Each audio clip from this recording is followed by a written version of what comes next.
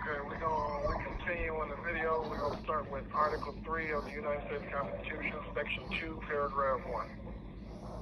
Oh, snap. Hold on. I just got Article 3.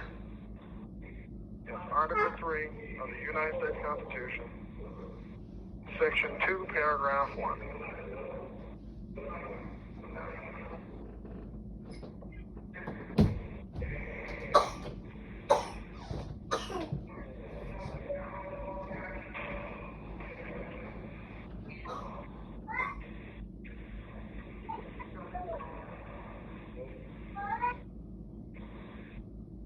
Article 3, Section 2, Paragraph 1 of the United States Constitution.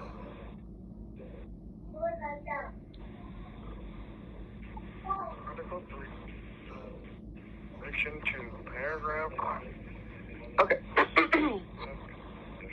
Article 3, Section 2, Clause 1 of the U.S. Constitution defines the scope of federal judicial power. It outlines the types of cases and controversies that federal courts, including the Supreme Court, are authorized to hear. Okay, did we do Amendment 4 yet? Uh, The United States Constitution, Amendment 4 of the U.S. Constitution, Amendment 4 of the U.S. Constitution.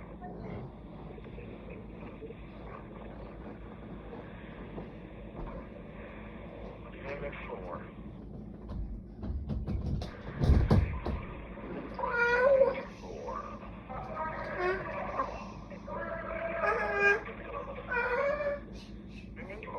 Amendment 4 of the U.S. Constitution protects individuals from unreasonable searches and seizures by the government. It requires warrants to be based on probable cause and specifically describe the place to be searched and the persons or things to be seized. Very good.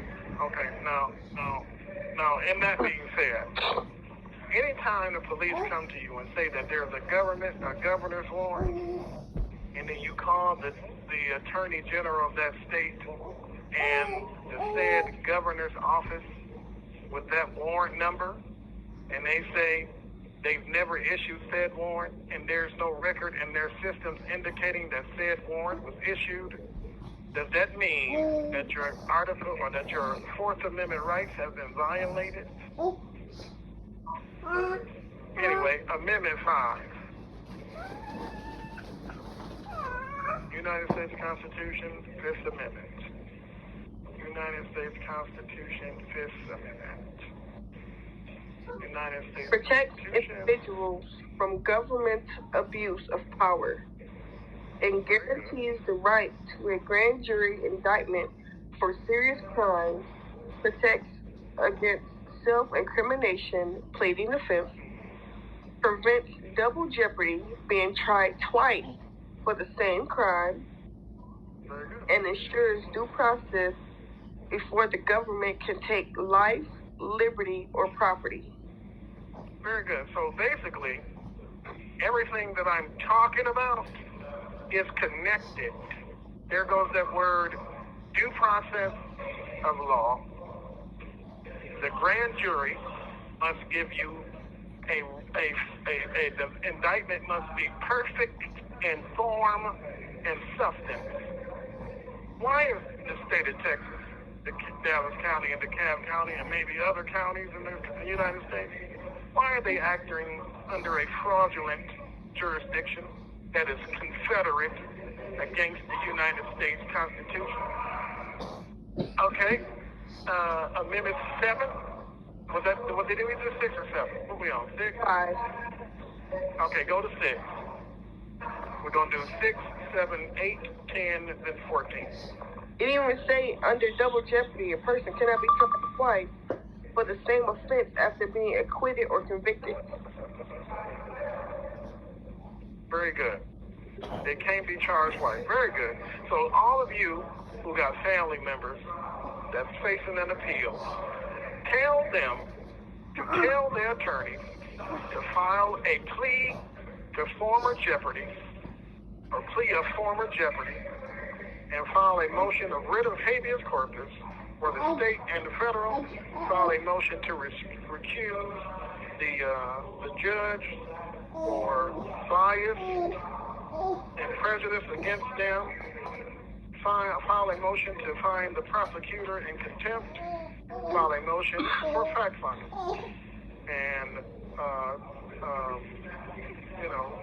file a motion for discovery and file a motion for jurisdiction.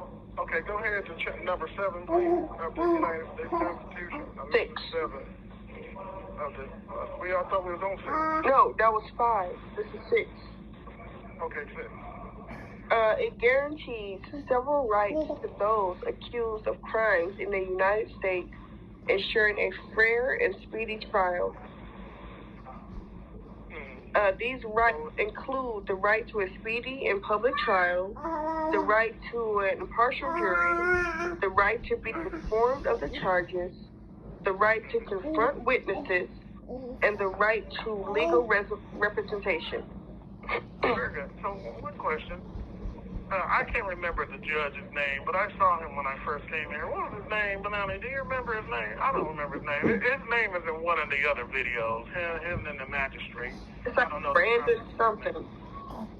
Yeah, but Brandon, how is it that people are sitting in the county jail without any conviction for 5 years? In the county jail, 5, 6, 7 years, no conviction on an illegal indictment, when it said that they're supposed to receive a fair and speedy trial, with 5 years be speedy, when everybody knows that the prosecution has at least 2 years to convict you or let you go.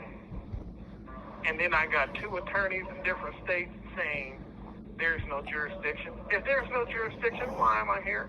If there's no jurisdiction, why is anybody here? If they're guilty of something, go ahead. His name is Brandon Birmingham of the 292nd Court.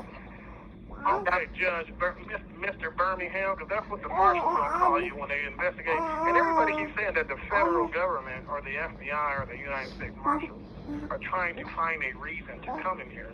Well, the next time they come and do an investigation, don't go to the beautiful side of the jail, the clean side where everybody's happy and walking around free. Come over here on the east side. Come over here on the east side where it's nasty at. Come over here and eat some of the food that's not meant for human consumption, that has poison in it and causes nausea, headaches, dizziness, anxiety. Anyway, Amendment 7, please, because I don't have a lot of time. It guarantees the right to a jury trial in federal civil cases where the value of controversy exceeds $20. Oh, okay. Very good. Amendment 8, please.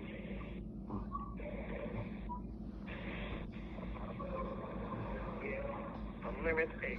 It prohibits excessive bail, excessive fines, and cruel and unusual punishment. So wait a minute. So you mean tell me again that $300,000 is excessive? $100,000 is excessive? Maybe $50,000 may be a little excessive, knowing that you can't pay it, so you gotta stay in here and eat the poison food not meant for human consumption. Look, I already know. Listen, man, the truth's gonna save me, but it might save me through death. I don't know. Whatever the Lord's will is. But I'm just gonna tell the truth. And I'm gonna say this: if what I'm saying isn't correct, why is it that they've taken the Texas Code of Criminal Procedures off the kiosk and you can't access it anymore? And then they gave these guys tablets, and we were using them to fight our cases. Now they're not letting us use the tablets that they belong to the Dallas County, but what other reason would they take them? Nobody's being uncooperative. Anyway, can you give me Amendment 10, please? Appreciate you. Don't got enough time.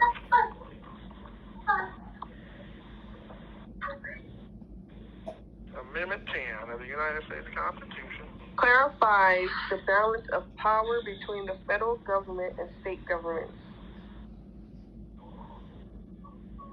It essentially states that any powers not specifically delegated to the federal government nor prohibited to the state. Huh? Go ahead, listen. nor prohibited to the states, are reserved to the states or the people. This reinforces the principle of federalism, which power is divided and limits the scope of the federal government's authority. Very good. Now, according to Texas Code of Criminal Procedure, Section 1.9 says, cruelty forbidden, excessive bail shall not be required, nor excessive fines imposed, nor cruel or unusual punishment inflicted. Now, just the other day, the SRT came in here and they shook everybody up and tear up their things and smash their things and take their things and make it everywhere you go. You got to walk with your hands behind your back. Some people can't stand properly. Some people can't sit properly. I'm not saying that they shouldn't do shakedowns because sometimes there's some illegal contraband somewhere and it needs to be taken. But everything must be done in a manner that does not violate my constitutional rights and does not cause me cruel and unusual punishment. But I know when speaking like that, whoever the sheriff is of this Dallas County, like the Melanie Maddox at DeKalb County, she used the homosexual jest team to come in and squeeze your testicles till they're about to burst, keep feeding you poison because you're speaking out and stating the truth, just for it to end in, we don't have jurisdiction. After 15 months, let's send them to Texas. But I'm not the only one they've done this to. They have 1,000, maybe 10,000 fake indictments. But they'll say, if you think your rights are being violated, file habeas corpus. Don't rely on the public defenders because they're not going to do their job properly because they may be working for the state. And I don't know my attorney's name, but he hasn't come to see me yet, and I've been here since May 17th. And I have never spoken to a detective. I woke up one day, the SWAT team was outside my door, February 27, 2024, saying that I had kidnapped my now wife who was on the phone and raped my daughter in 2017 in Texas and Georgia at the same time. And in Georgia, they said the story continued to change at least 6 times. Or 10 times. I don't know what happened to the kidnapping of Yanessa. But can you give me Amendment 14, Section 1, please? All right, in Dallas County Sheriff's name is Marion Brown. She's a black lady. Oh, thank you. So all these questions are challenges for her, or him, or whoever it is. It's a girl.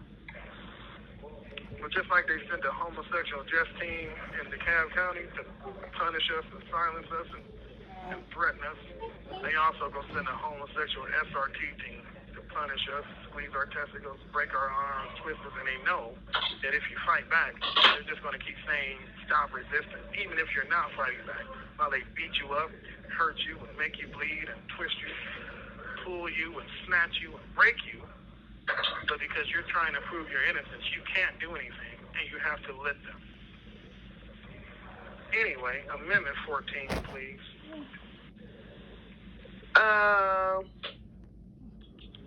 It is the cornerstone of American civil rights law. Baby, stop. It addresses citizenship, due process, and equal protection, primarily guaranteeing these rights to formerly enslaved people and ensuring they are not infiltrated upon by the state. Very good. Very good. Now, did we do Texas Code of Criminal Procedure, Section 11.4, speaks of writ of habeas corpus? Yeah, we did that first. Okay, now can you do for me Texas Code of Criminal Procedures, 19.A.202, oath of a grand juror, and just read that oath on video phone. And then after that, we're going to get the oath of a judge in Texas, and the oath of the district attorney in Texas, and even the oath of the attorney general in Texas if we got enough time. You said criminal procedure of what? Texas Code of Criminal Procedure, 19.A.202, oath of grand jurors. Starts off with like the court or a person under the direction of the court shall administer the following oath to the grand juror. You were saying the numbers too fast. I got 19.8.204. 202.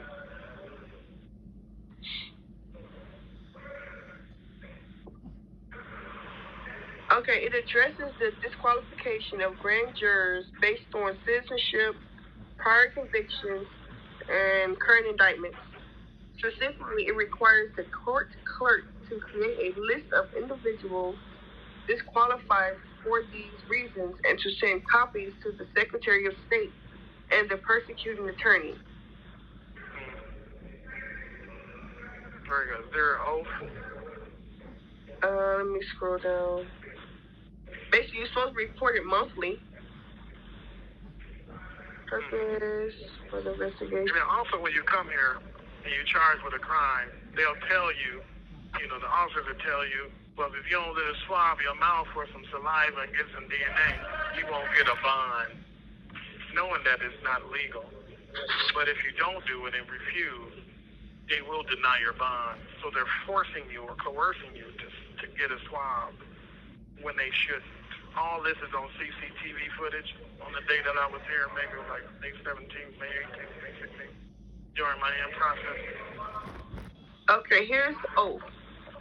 It says that grand jurors are required to take the oath administered by the court or a designated person includes affirmations of diligently inquiring into matters, keeping secrets, and presenting fairly without bias. Okay, very good. Do they give the oath? Like Yeah. You can actually read? They do. Go ahead. It says the court or a person under the direction of the court shall administer the following oath to the grand jurors. When the grand jurors is completed, you solemnly swear that you will diligently inquire into and true presentment make of all such matters and things as such be given you in charge. The state's counsel. Your fellows and your own, you shall keep secret unless required to disclose the same in the course of a judicial proceeding in which the truth or falsity or evidence given in the grand jury room in a criminal case shall be under investigation. You shall present no person from envy, hatred, or malice. Neither shall you leave, leave any person unpresented for love, fear, favor, affection, or hope of reward, but you shall present things truly as they come to your knowledge, according to the best of your understanding, so help you God. So you mean to tell me that all these attorneys can see that there's no way an indictment happened as fast as it happened, and these people said this oath, and they're falsely convicting people or charging people with these fraudulent indictments that go against the jurisdiction of the federal government? You know what I'm saying? So anyway, the next one, I want you to find 19A 151. Any person may challenge. Section B. Of the same thing? Yes, of the same thing. 19B.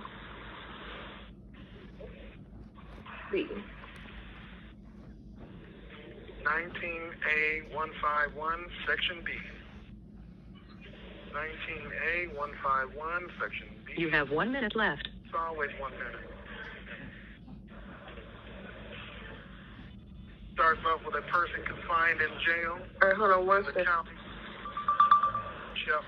Okay, a person confined in jail in the county shall, on the person's request, be brought into court to make a challenge described in Section A. Before the grand jury of the panel. In plain language, this section addresses the right of an individual who is currently in jail without a particular county to be brought to court to make a challenge to an array of potential grand jurors or any specific individual presented to serve as grand jury. The right is granted if the person requests it. Very good. I'm going to hang up and call you right back. I got one more Wait, thing. I got to bring Busy in. All right. I'll give you about 20 minutes. Okay.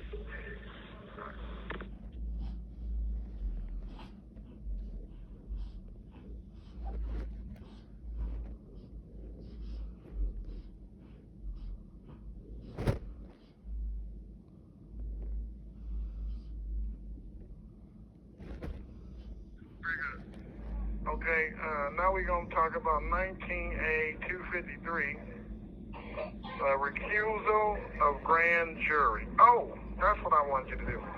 Oath of a judge and oath